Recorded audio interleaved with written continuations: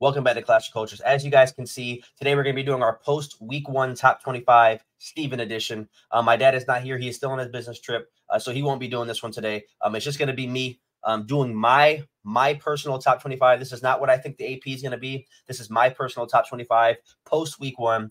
But before we get into that, those of you guys who are new on here, make sure you guys like, comment, subscribe, hit that notification bell so you don't miss a single upload. We still have the Discord down below in the description. The pickem is in the description. We have that massive giveaway coming at 1,000 subscribers, a signed Heisman jersey. Make sure you guys be on the lookout for that and subscribe so you have a chance to win it, man. The Discord has been really fun. We talk football in there every day. Obviously, I got a lashing and beating yesterday when my Clemson Tigers fell to Duke in the upset on Labor Day. But nonetheless, I love doing this podcast stuff. My dad loves it. It's been a lot of fun. So we're going to keep this thing rolling, win or lose. I'm a college football fan at the end of the day, and I'm going to sink with the ship with my Tigers. But with all that being said, number 25, let's get right into it. My Clemson Tigers. I think Clemson was far overrated heading into the season. They came in at number 9. I think the score of 28-7 in yesterday's game is not indicative of what the game actually entailed. It was a close game. Obviously, we fumbled twice on the goal line, missed the field goal, had a field goal blocked. So you left 20 points on the board there. Obviously would have made the game completely different. Momentum was huge in that game. Dabo said it at the end of the game. He's never been a part of a game like that. I think Clemson has a lot of work to do this year. This is not a playoff team, like I said in yesterday's video. But at the end of the day, I'm a fan, so I'm not gonna bash my head coach or bash the players. We just kind of got to get it together and see what we can do. Hopefully, we can make an ACC title run. But it's not looking too good for us, man. This week, I think we have Charleston Southern. So we'll have to see where that one goes. But we talked about Clemson enough yesterday. That's my number 25 team. I do think personally, I don't think they fall back this far in the actual AP. But to me, they're the 25th best overall team. I think. Even to have him here is kind of crazy after yesterday's loss. But moving on, number 24, Colorado. Deion Sanders and the Colorado Buffaloes obviously beating TCU in dramatic fashion, 45-42, I believe the final score was. I wish that was the game day game. That was a hell of a game. Shadur, 510 yards, 4 touchdowns. Dylan Edwards, 135 yards on the ground, 3 touchdowns, another 3 receiving touchdowns, I'm sorry, and then 1 rushing touchdown. Yeah, they looked good, man. I've been on record saying that I don't think Colorado is all that good of a team. They proved me wrong. They got Nebraska this week, so another kind of a test, I would say, for a younger, less experienced team at the Division 1 level in Colorado. So I'm excited to see that game. I think it's still a 50-50 game. I probably favor Colorado a bit, but I wouldn't be surprised if either team won. And I like Colorado here at number 24, cracking that top 25 spot with only a little bit more work to improve on and to work on. But this is a good team, y'all. I think Deion is doing a good job. And again, this is me owning up to what I was saying. I didn't think they were going to beat TCU. 80% of the country didn't think they were going to beat TCU in week 1. So the fact they got that done was impressive in itself. Look forward to seeing what else this team could do throughout the rest of the year. And if they can compete in the Pac-12 with the likes of Oregon, Washington, Utah, USC. The Pac-12 has some of the deepest football in the country. So it's going to be fun to watch that. Moving on to number 23, we have Tulane. Obviously, Tulane played South Alabama this week. So it wasn't a test to a lot of people's standards, but at the end of the day, Tulane is not a Power 5 team. So they did play another Group of 5 team in South Alabama, won 37-17. Pratt looked good, 300 yards, 4 touchdowns. They forced a few turnovers. They had a receiver who had 100 yards and 2 touchdowns. So they looked good. Obviously, they play Ole Miss this week. That is going to be one hell of a matchup. I obviously have Ole Miss a little bit higher than Tulane. But I like Tulane's chances in this game. I'm probably going to pick Ole Miss later on in our live when we do our prediction show. But I like Tulane's team. They obviously won last year in the Cotton Bowl against USC. So this is not a bad team by any means. They lost a little bit of production to the draft. But I think this is still a reasonable team that could beat a Power 5 team on any given Saturday. So I think that's going to be a game to watch. So if you guys haven't watched Tulane last week or 2 days ago, I would say 3 days ago, make sure you guys watch that game because there's, the Alabama-Texas game, and then this game is probably the next best game on the slate for Saturday. But moving on to the next team, we got Duke. Obviously, we talked about them a bit, beating Clemson. Riley Leonard is a great quarterback, y'all. A lot of people slept on Duke. I wouldn't say I slept on him because I knew what we were getting ourselves into. Riley Leonard is predicted a top 5 quarterback in the upcoming draft. They don't have a lot of the 4 and 5 stars. I think they only have 2 4 or 5 stars on their roster. They're just a well put together team, though. They're an experienced team, 9-3 last year. Smash mouth team, very good execution wise when it comes to playing their style of football. Obviously, they forced a few turnovers, blocked the punt. They won special teams, to be honest. I mean, they had a fumbled, a muffed punt as well. But I think our blocked field goal obviously hurt us way more because momentum shifted. And they capitalized on the momentum. So I think Riley Leonard is here to stay. Almost 100 yards on the ground, a touchdown, 175 yards to the air. He didn't have a crazy game numbers-wise, but he just seemed to control the game. I mean, that's coming from a Clemson fan. He seemed to control the game for all 4 quarters.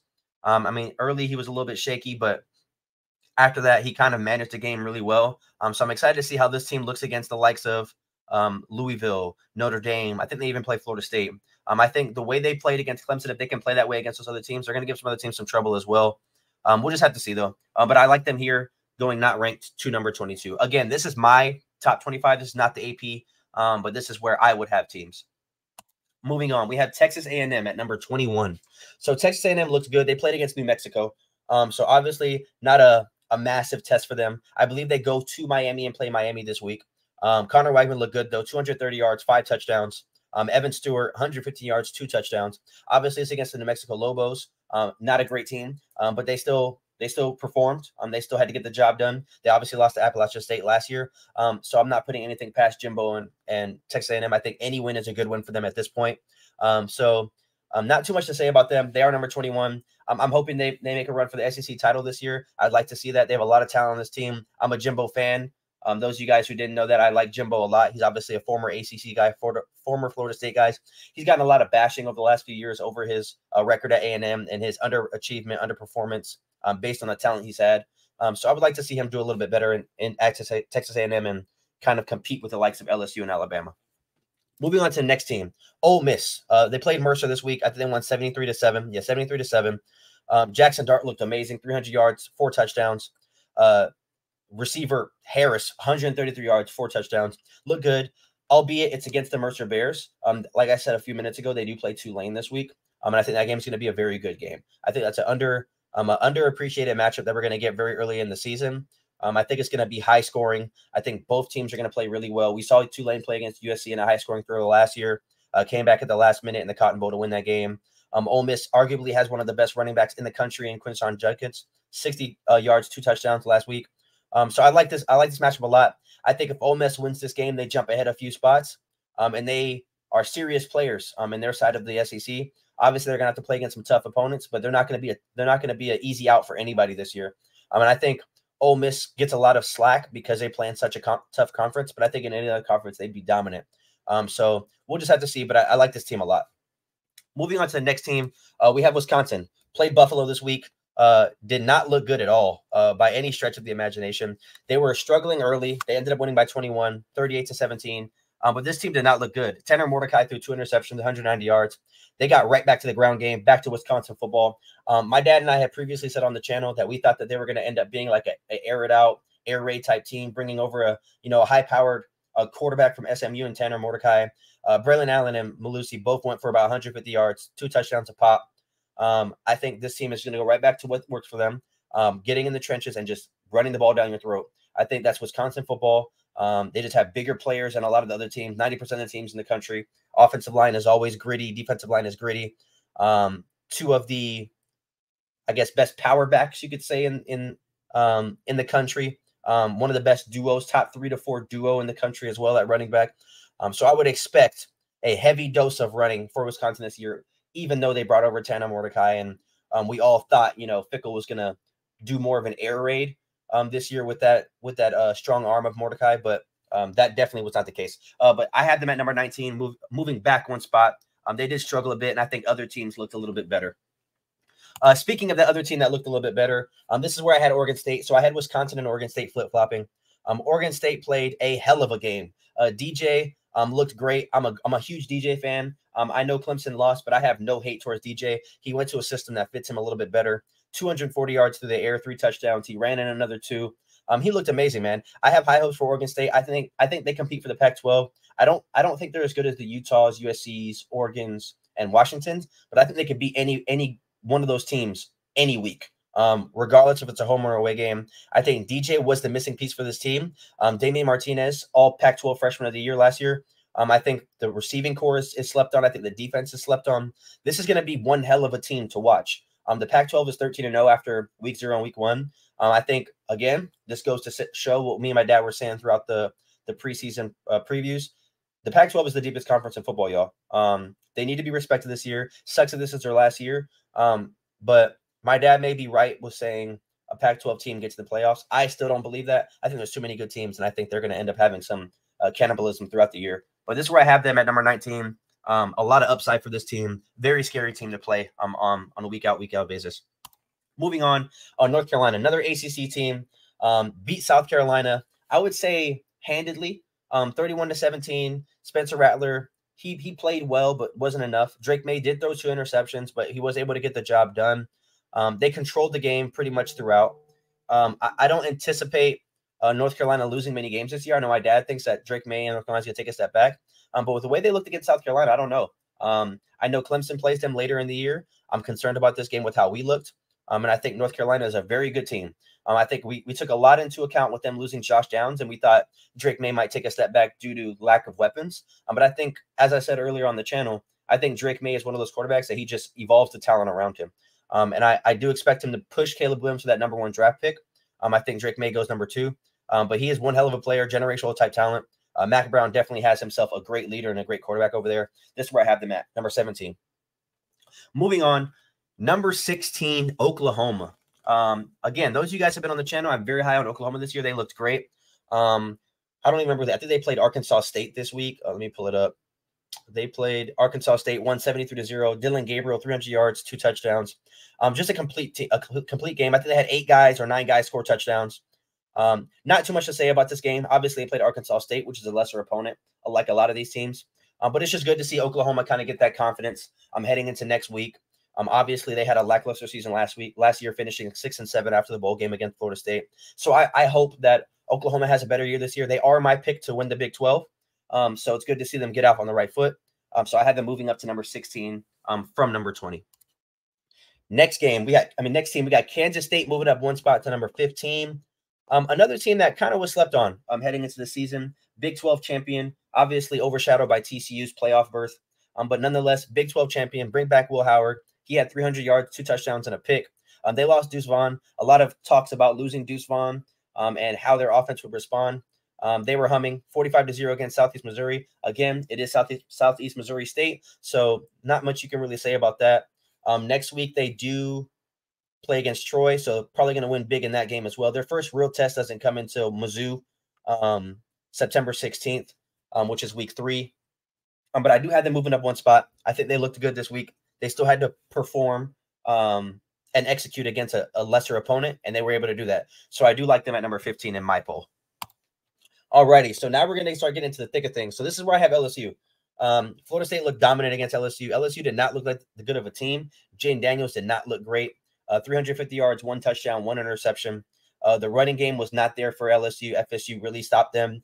LSU had a really hard time stopping the pass. Obviously, Keon Coleman, 3 touchdowns. Jordan Travis, 340 yards, 4 touchdowns, and a pick. I'm not sure what they're going to do as far as getting things turned around. They play in the toughest conference in football. So it's going to be very interesting to see how they're able to respond to this whooping in week 1 under the lights. So I'm very interested to see how that goes. But I have them moving back 9 spots to number 14. Moving on to number 13, this is where I have Oregon moving up 2 spots from number 15. They look dominant against Portland State. Again, albeit it is Portland State. So we have to take it with a grain of salt. But Bo Nix looked good. 300 yards, 3 touchdowns. Troy Franklin, 2 touchdowns, 100 yards. Bucky Irving, 100 yards, 2 touchdowns.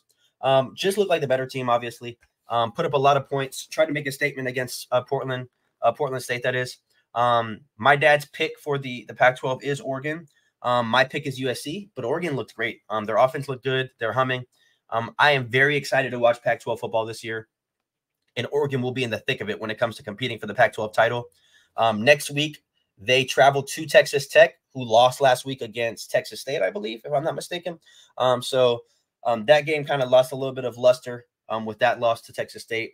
A lot of people had Texas Tech circled for Oregon as far as the upset alert. I think Oregon thrashes Texas Tech next week.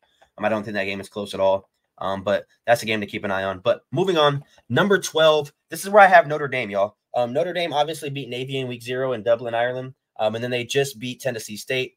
It's kind of hard to give a team like Notre Dame credit in both of those wins because both of those teams were bad. I do have them moving up one spot, though. I'm not ready to say Notre Dame is a top 10 team.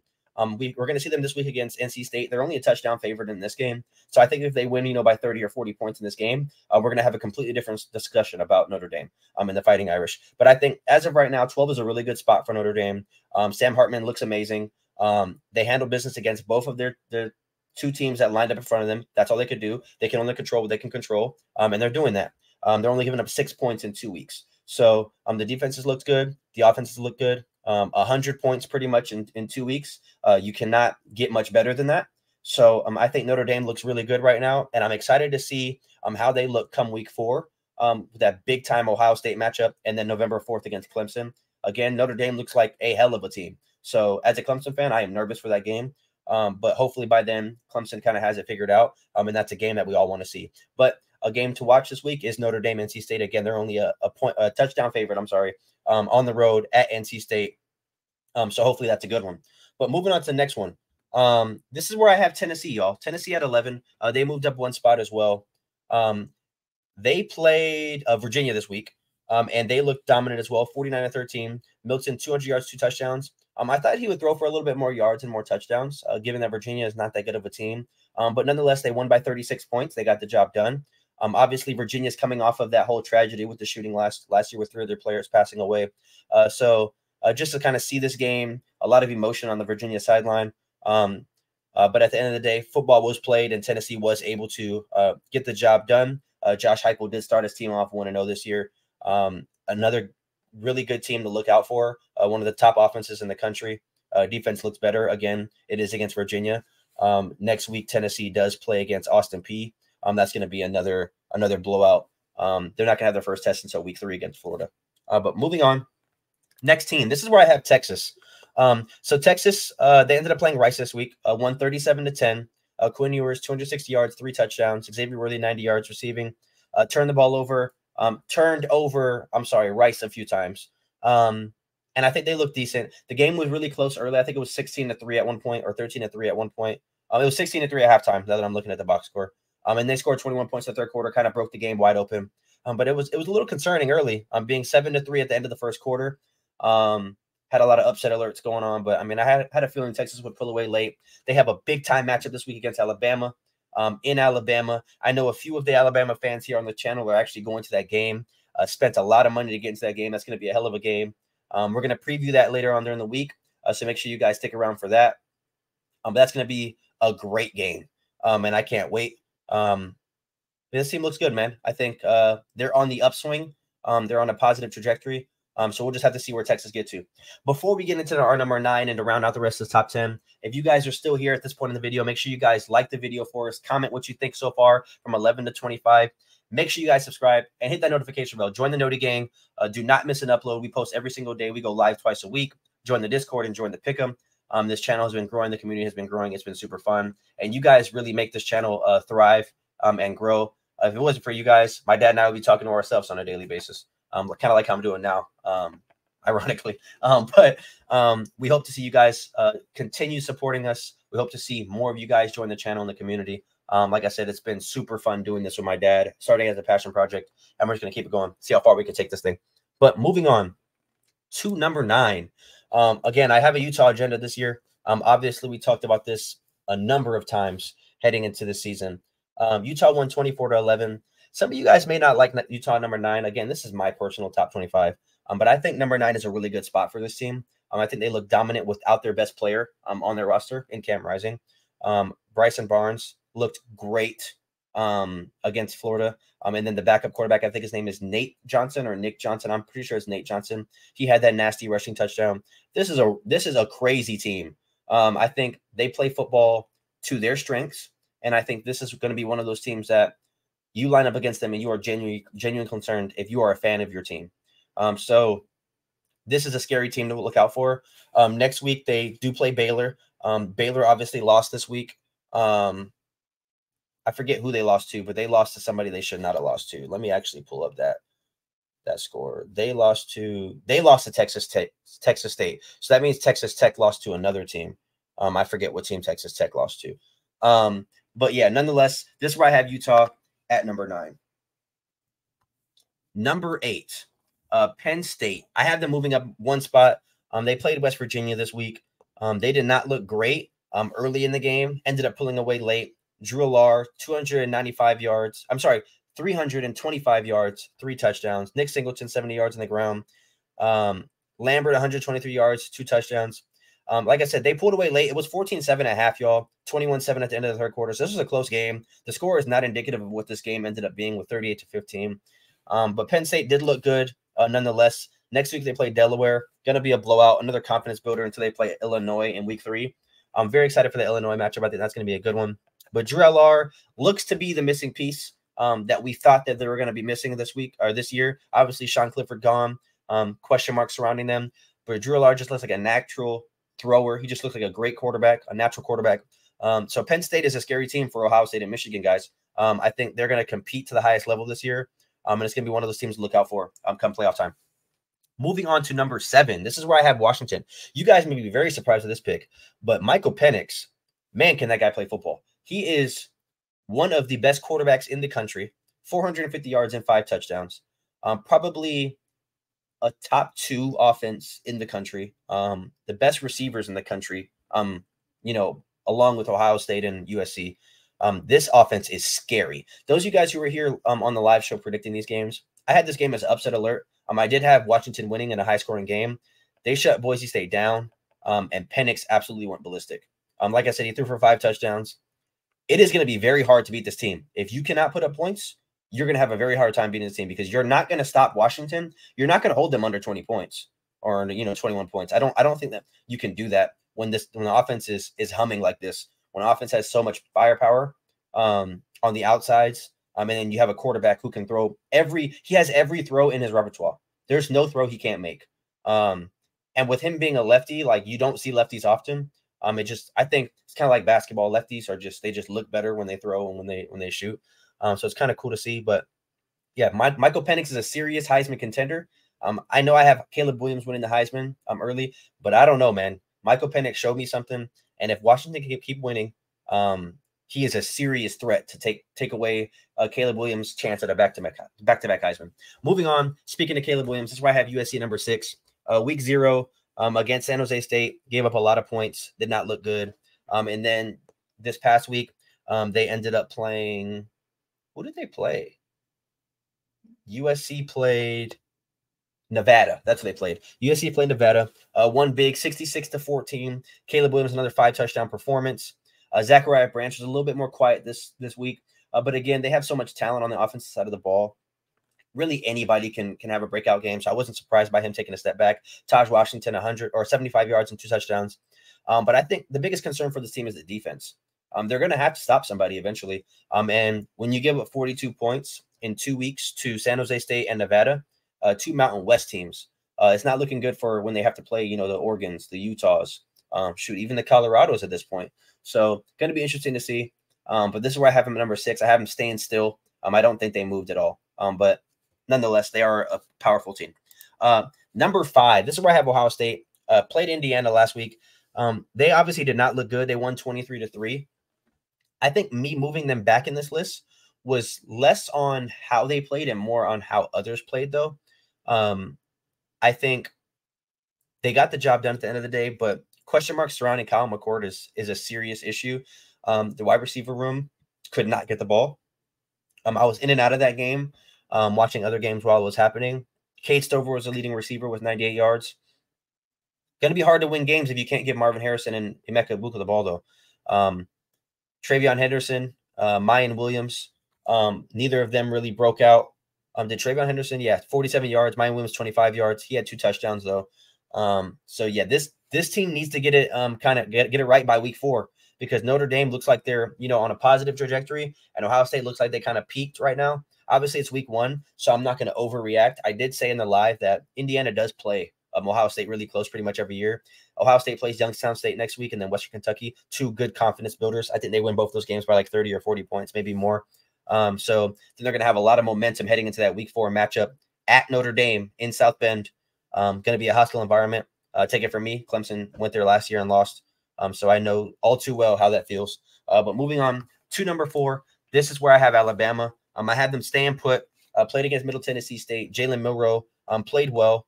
Obviously was slow at the beginning of the game, but they ended up getting the job done against, like I said, Middle Tennessee State.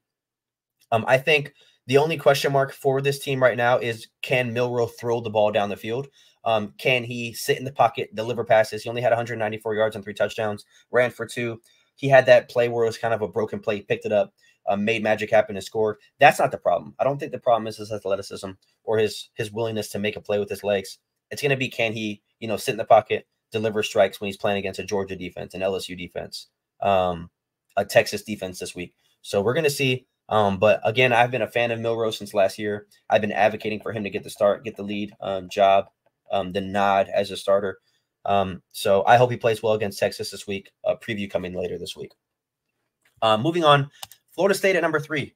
Again, I'm a Clemson fan. I absolutely hate Florida State. I despise them. I hate them probably more than I hate the South Carolina Gamecocks. But they look dominant.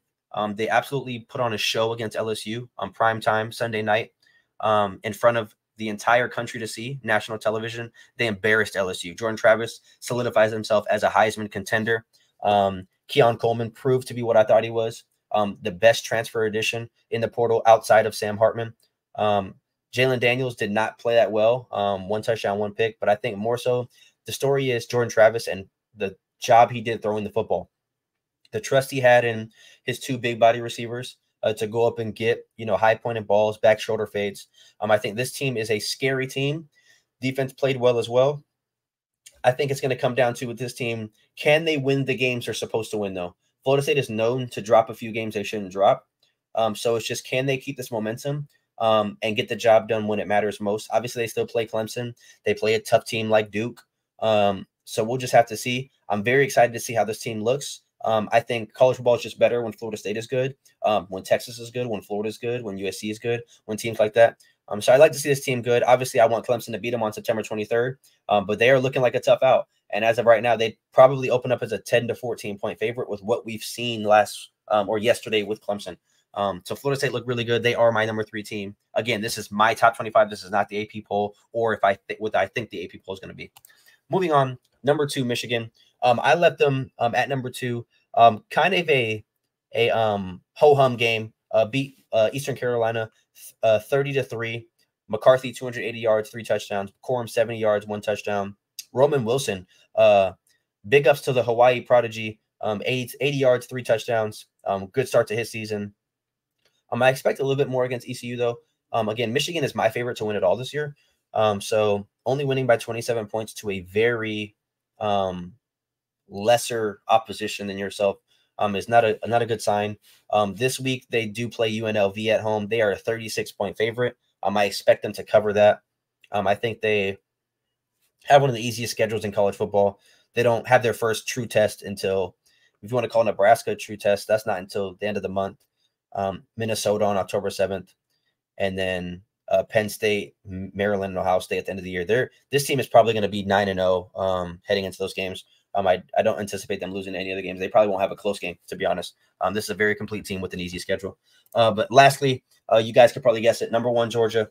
Another one of those teams where I thought they would win way bigger than they did. Obviously, they won 48-7, but early it was only 17-7 at half, 7-0 at the end of the first quarter. Carson Beck early on was a little shaky, then kind of settled in, managed the game well, and their defense ended up obviously being the difference maker. They forced a turnover. The other team had 10 penalties, 400 passing yards for Georgia. So, I think overall they're the number 1 team. They're the number 1 team coming into the year. They deserve to stay there until they have more of a hiccup. But yeah, I like them there. Next week, who do they play next week? Before we head out of here, let's see who they play next week. Probably another bad team. They play Ball State, 42-point favorite. They're going to cover that. And they play South Carolina in week 3, which isn't a cakewalk, but we saw South Carolina lose to UNC, so we'll have to see. But that is my top 25, Steven's top 25 post week 1. This is something we're going to do every single week. Obviously, Jax, my dad, is not here. He's on a business trip, so he's going to be back here later this week. But week 1 was fun. Obviously, my team lost. Sucks to suck. But at the end of the day, I'm a college football fan. I'm a Clash of Cultures fan. So I'm going to continue to push out this content for you guys, continue to have dialogue with you guys, discussions. If you guys have not already, please, please, please hit that subscribe button, join the community, join the Discord down below. We post every single day. We love engaging with you guys. We love debating and discussing, and really, having good college football dialogue. It's been super fun. Tomorrow we're going to be dropping another video previewing Alabama, Texas. But we will see you guys tomorrow. We'll see you at the live show this Friday. Peace out.